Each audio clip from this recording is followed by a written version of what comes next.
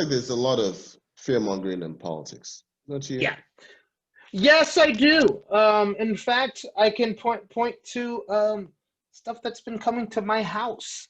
Right, I got 3 of these, and this doesn't include the one that something we probably should have talked about before was I didn't get some of my. So this goes into Donald Trump's attack on the postal service, because I don't know. Did you get like some of the election for the election that already passed? Mm-hmm. Got pamphlets for them days after that had already passed because of how slow. Oh no, I got some. Yeah, I did. I got some pamphlets for some for basically like the different judge seats and the different August things. 14th, right? Was it Yeah, August 14th? I got those. I got them like in my mail on August 19th or August 20th. Wow. Like, so we're not even. I'm not even talking about that. But yeah, so as you can see, I don't know if you can read it for them, Zeno. Yeah, it says what they left out at the Democratic National Convention. And then they put under God, under quote God, unquote, law and order, quote unquote, support our police. That's right, Yeah, at the Democratic National Convention, yada yada. Okay, and then it's a picture of Biden looking creepy. Bernie, AOC, Kamala, Biden, Joe Biden, and the radical left are attacking, yada yada yada. So nobody told the Republicans that Bernie Sanders isn't the presidential candidate, even though he should have been. But anyways, we also have other stuff. We have here the Democrats have moved way too far to the left, and that worries me. Quotes. Okay, but this is my favorite part. I don't know if you can see that, who it's paid by. Paid for by the Georgia Republican Party. So I'm like, well, of course you're going to be concerned about them going too far left because you're on the right. So, you know what I'm saying? Like, why would you? But anyways, look who they have in the back. Look who they have here. Bernie, Biden, AOC. Telling you, man, like they're really trying to like lean into this whole, Biden is just a puppet for Bernie and AOC thing. And yeah, if that was the case, so I guess Bernie decided to make the primary electionable for himself. Like, is that what it is? Like, So, anyways, and then this one's my favorite. So here in Georgia, there's been I call him, I guess he's a media darling, right? John Ossoff. Okay. So is he though? I got one of his things. Yeah, I was told how he so he's a terrible person apparently, according to this ad that I just got. But John Ossoff is running for Senate. Thank you. Yeah. Against Perdue, right? Yep, David Perdue. Horrible politician. John Ossoff recently got into the limelight due to him running in the Georgia 6 against Karen Handel. Who then lost to Lucy McBath. Thank you, Lucy McBath, and now she's trying to run again because all Karen Handel cares about is getting paid by the people, because that woman, like, she's a career politician and a horrible one at that. But so John Ossoff ties to groups that support terrorism. Did they say which groups? And then look here, they have back, which I'm thinking I actually think they pulled this from a great.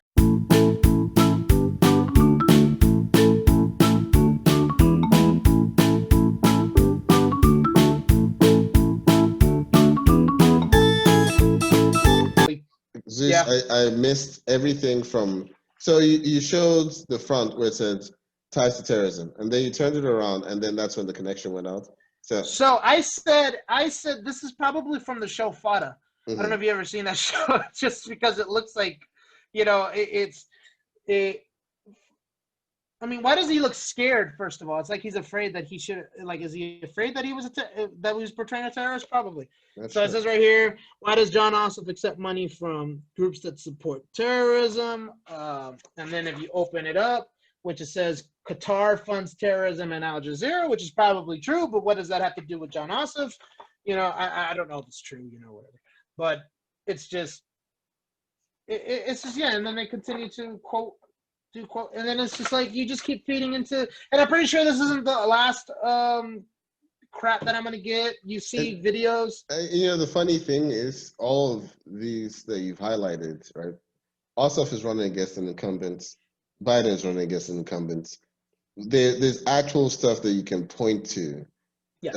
Like with Perdue, doing those stock trades in time for like the COVID, like the downturn and then the swings in the stock market, like making those like plays, right? Not as bad as his other colleague from Georgia, Loeffler, Loeffler, Kelly Ann Loeffler. Coulter knockoff. Yeah. So Kelly Loeffler did the same thing. She's also up for election too in November. She is, and actually, there's actually a guy that I would, I'm probably gonna vote for. He's a pastor. I don't know if you've seen his commercials. I'll get his name. I think me and Zino want to do a little bit of reactions to some of these ads, just because some of these ads. Oh yeah, that would be nice. Yeah, so we're gonna do it. One of them that I want to point out is one that is about Jon Ossoff that just honestly it had me dying laughing, because it referred to Jon Ossoff. So first of all, Hulu pisses me off because Hulu lets anybody do their ads. Because do you have Hulu? I do. Do you get ads from them? And like, it's a lot of times it's political ads. I don't get. I get a lot of political ads. It might be because I get the one that's free from Sprint. So Sprint. I got Hulu Sprint because of Sprint gave me Hulu for free. Mm-hmm. So I don't know if that's just Hulu's cheap asses giving me these crap. I get political ads on YouTube. From that I understand. Yeah. That I understand, but Hulu, I'm paying for the service. I'm actually tempted to be a Karen and give them a call and be like, I don't appreciate you giving me these ads. Well, you should be able to there should be something you can click where it says, why am I seeing these ads? I'm gonna try to see if I can get those. Yeah, but what the thing with that ad that I was talking about was so they talk about Jon Ossoff, and they're talking about Jon Ossoff wanting to do something with healthcare, and then they talk about Jon Ossoff wanting to move jobs, and at the end they say Jon Ossoff wanting to touch your healthcare during a pandemic, Jon Ossoff wanting to move your jobs during a recession. So you're saying he wants to do the things that happened during a Trump, like you literally just he wants to do pinpointed two things that happened during Trump's presidency. Things that are actually happening right now. Trump is literally in court right now to fight. He's fighting to remove Obamacare through and through right now. And they say Jon Ossoff moved. Oh my God. So it's just it's just the fear mongering thing. I honestly wish that I've heard, I don't know for sure, but there's certain laws that are in place in certain countries. Canada has one so Fox News will never be allowed in Canada. Because news is not allowed to be entertainment. Oh, okay. Oh, so CNN, MSNBC, all of those, the 24-hour news networks. Basically, if I'm not mistaken, I might be wrong. If any of our viewers are from Canada, you could please educate us on that. And actually, if you know anything about it, you could definitely feel free to let us know about it. But I heard somewhere that basically, like, you can't do, if they find out it's fake, it's not allowed to be called news. You have to call it entertainment. And then I know that in England, you're not allowed to have TV ads. You can have bus route, like they can be on buses. You can have you can have billboards. But you can't have it on TV. And I think there's a limit on how much money you could spend. Yeah, that makes sense. That would just limit. Yeah, that's back to Citizens United though. Yeah, the TV, not having ads on TV, that also makes sense. I believe I do remember something like that. I think it was on John Oliver. Okay. Yeah, that's interesting, man. Yeah, Citizens United. That's a whole conversation. And the thing I hate is, I don't know if you noticed, like it was kind of a big thing in 2016 that it happened during that election that they were talking about it, but I don't hear it being talked about much on this one. Do you?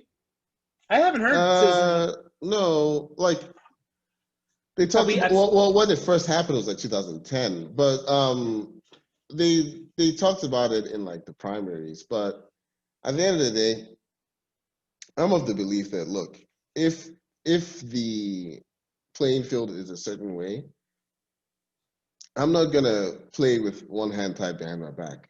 No, except money, yeah. Yeah. I'm like, look, if that's what it's gonna be, then that's how we're gonna play it. But then if I get into power, we're gonna change those rules, because those rules are some BS. And I think that's kind of how like Bernie Sanders does it in a lot of.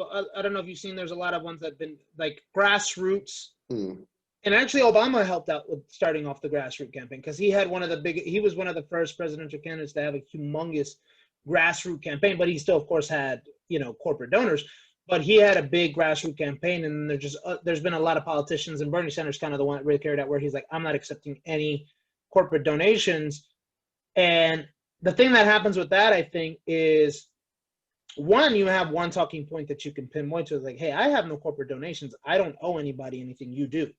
That's one thing that you could do that when you don't have that. And then two, I feel like what ends up happening is you end up using your money a lot better when you don't have corporate donations. You get what I mean? Like you can't waste it. So they use it a lot better. How so? What do you mean by using it a lot better? What can I say? Like maybe not waste it on certain like campaign ads. Maybe instead of be like, look, you have a person who says like, look, if we could spend this much money on campaign ads, or we can go door to door with this. We can go here instead and talk to a town hall. You know what I mean? Like, just I would think that when you have like, think about it. When you're on a budget, you use your money smarter, right? You use coupons. You might buy generic. So are you saying it's better to have less money than your opponents? I think it's not. I wouldn't say it's better to have less money, but I'm just saying when you do have less money, I think politicians end up using it. The certain politicians will use it better. Okay. Because they don't have money to waste. When you don't have money to waste, you don't have money to waste. You know what I mean? Yeah, I would say the main thing is like getting corporate donations versus not, is that you don't really have anyone behind you telling you how to use those donations. Yeah. Telling you that, okay, forcing you to buy ads in a certain market, like say, hey, you got to buy these ads in Arizona or whatever. If you and your campaign don't agree with that, you're kind of beholden to them, because they're like, look, if you don't do it, we're not giving you any more money. But if it's like grassroots donations or whatever, those people are giving you $20, $30, and they're trusting that you know what to do with it, and you can spread. I'm giving you $30 because I know I'm already going to vote for you, but I want you to be able to spread it to the rest of my neighbors and all that people. So and you'll find out that there's been like some, like I think AOC was one of those. She was outspent when she ran against the incumbent. Yeah, Carly. She was outspent by I think like 6-1 or something like that. But she still won because at the end of the day, as long as you get that message out, I think that's what ends up becoming the biggest winner. Her biggest thing is, one, she's young. She's Latina. Like she's of the community, and she was going around door to door and like talking to people. And 3, she actually showed up to the debates.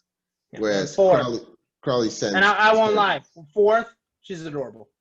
Like she's just like adorable. She's like the sweetest thing ever. Yeah. So but don't cross her, because she I think she is single-handedly responsible for the most verbal bitch slaps that I've seen on Twitter. You know what I mean? Like she just verbally bitch slaps the hell out of somebody. Wasn't there somebody who did that kind of recently? Who was it? He did it to your favorite politician, Lindsey Graham. Verbally bitch slapped him. Oh my God, it was so good. Damn it! I wish I queued it up. So Lindsey Graham is in a tough race against Jamie Harrison in South Carolina. We actually talked about it on our last episode about how Graham is actually trailing Trump in South Carolina. Like Trump is like really heavy there and he's gonna win, but Graham might not win his race. Anyway, so Lindsey Graham tried to get Harrison by saying, like he went out little press conference trying to pull a stunt saying that, I've released 11 years of my taxes. Let's see your taxes. No, he said it like that. I released 11 years of my taxes. Okay. That's how he talks. He's a Southern Belle. Southern Belle. So anyway, so he said that, and Harrison tweeted, and he said that I've released my taxes. He was like, "Here you go." He said now done. Do Trump. Yeah, exactly. He said he either said done or here you go, and then he said now do Trump, right? Which is it's brilliant. Very succinct tweets. But it's like, if you're gonna come at me for my taxes, you better come for your boy, the president, who will not release his taxes You know, he broke tradition with all the other candidates over the last 40 plus years. They released his taxes, still hasn't. He's still under audit. So yeah, he owned Lindsey Graham with that. Donald Trump doesn't want to release his taxes because I think it'll prove that he's not a billionaire. And for some reason, he thinks that that man wants, for a guy who looks like he looks, he's sure as hell protective of his image. That's why he's protective. Yeah. Because I think he has self-image issues. Yeah. He's constantly trying to like elevate his status. Yeah, I don't know how people still defend him. Like even the taxes thing, I thought would have brought him down. But anyway, so that's the topic on fear mongering in politics. Anything else to add on that? No. That's pretty much the end of this episode too. We might have to figure something out to end it on a high note. Well, I think my Lindsey Graham impersonation was a good high note. You know. Agree to disagree. All right, people. All right. Good night. Peace. Love you guys.